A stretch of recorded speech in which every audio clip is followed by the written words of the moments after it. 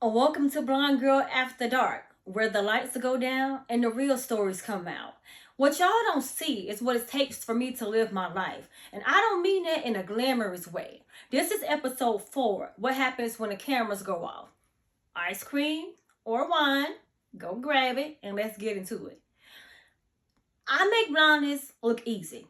What y'all see online, the spontaneous adventures, the late night festivals, the concerts and things that I go to, all the fun. There's so much I just don't show y'all. And something as simple as transportation is mostly a daily disaster for me. I would give anything to be able to drive myself where I need to go, when I need to go. At this point, I'll even take a self-driving car. I use RTC. I live in Vegas. And that's a bus system for people who are disabled. They come directly to your house. It's a state system. Yeah. State things and government things they're usually not good. Sometimes I have to deal with them showing up too late. There's been times where I have to explain to my manager or whoever I work for, it's not my fault. It's out of my control. I told them I need to be there at 8:30, even though I don't start my shift till 9. They were running behind, got me there 9:15, 9:30. I've had my jobs. I've been scared that I'm going to lose jobs because of this. They're just not. There have been times, it's like recently, the whole system was down. They were switching over a system, and for an entire month, I had to tell my manager, hey, on these days, can you take me off the schedule? Because these are the most busiest days with the bus, and they're not showing up. Or they're showing up an hour late, 2 hours late. Meanwhile, I'm losing money. I got bills. There have been times they show up too early. And I'm like, okay, now they'll wait for you, but they'll drop you off to your destination early. They'll wait for you up to 5 minutes. And so let's say, again, I never start my shift before 9. So I'm starting at 9. And I'll say, well, I got to be there about 8:30 to give them time, for traffic, for fuck-ups, for all kind of things like that. And they will pick me up, get me there at 7:40. Nobody's even coming to unlock the door until 8:30. So for 50 minutes, I'm just standing outside. I've been rained on. I live in Vegas, like I said. It's the desert. It gets in the hundreds. I've been standing in the heat because I can't rely on them coming to knock on the door to get me. So I'm out there at 115 degrees. I had to stand in the cold, 30 something degree weather. I'm huddled up waiting for a bus, waiting for a fucking bus. And then they're late. I've been in there. I'm 40 minutes. One time I remember my fucking hands going numb. And I have 12-hour days. I work a normal 8-hour shift. But when you use the bus system, it's always 2 hours early, 2 hours later. So with me starting at 9, like right now, tomorrow I'll start at 9. They're coming at 6:45. Somewhere between 6:45 and 7:15, because there's like 30-minute window to get me. So I'm on the bus this whole time. I gotta wake up at 6:20 just to start a 9:00 a.m. shift. And then when I get off work at 5 o'clock, they come somewhere between 5 and 5:30, maybe, because they're not fucking reliable. They come pick me up, drive me all around town, drop everybody else off, all these pickups, and I don't get home till 7:30.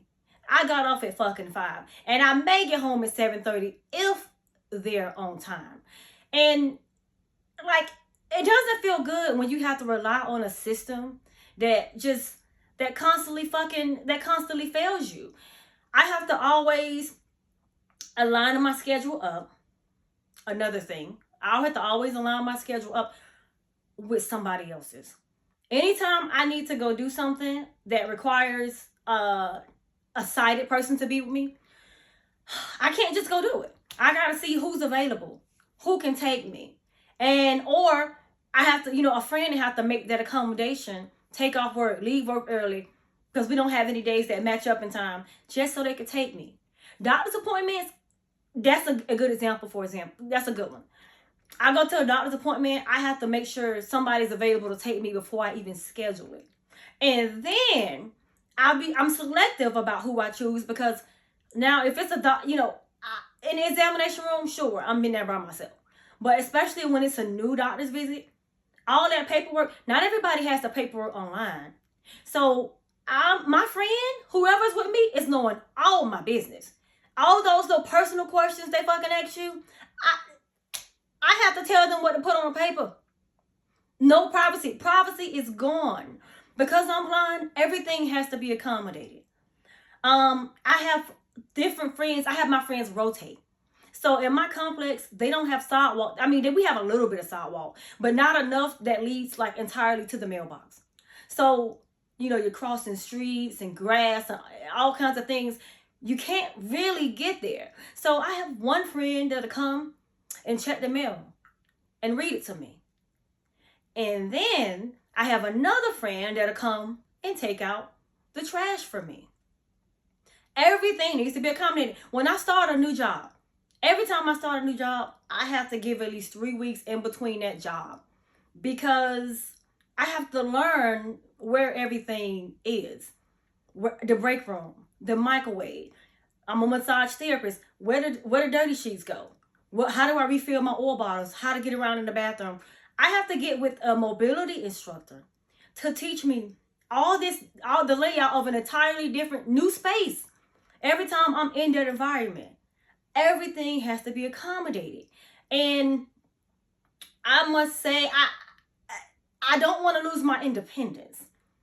I go through this because I don't want to have to rely on somebody the rest of my life. Sure, some things, I do have friends that help me check the mail, take out the trash. But I try to be as independent as possible, because what happens if that person, let's say, fucking die tomorrow? What happens if you and that friend fall out and y'all ain't even friends no more?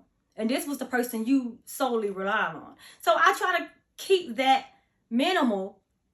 And I gotta say, y'all, it's exhausting.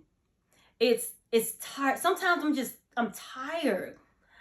I mean, I have to, and there's nothing I can fucking do about it, because I have to show up for myself. I still have to figure it out.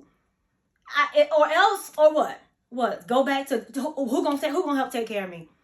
I gotta go live with somebody? No. So here's the real talk.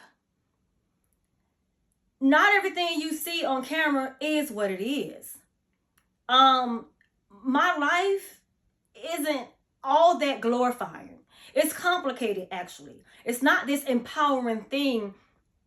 It's like I said, it's exhausting. And y'all don't see that. The takeaway for this episode is, the life you see somebody live may be something they had to fight for, because I had to fight for mine. I'm still fucking fighting. Every day is a fight. If I drop the ball one fucking time, I'm trying not to get evicted. I'm trying not to have my lights turned off. And this is me doing this shit blind.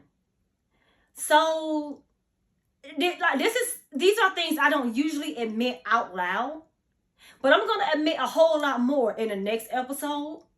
So until next time, I'll see y'all after dark.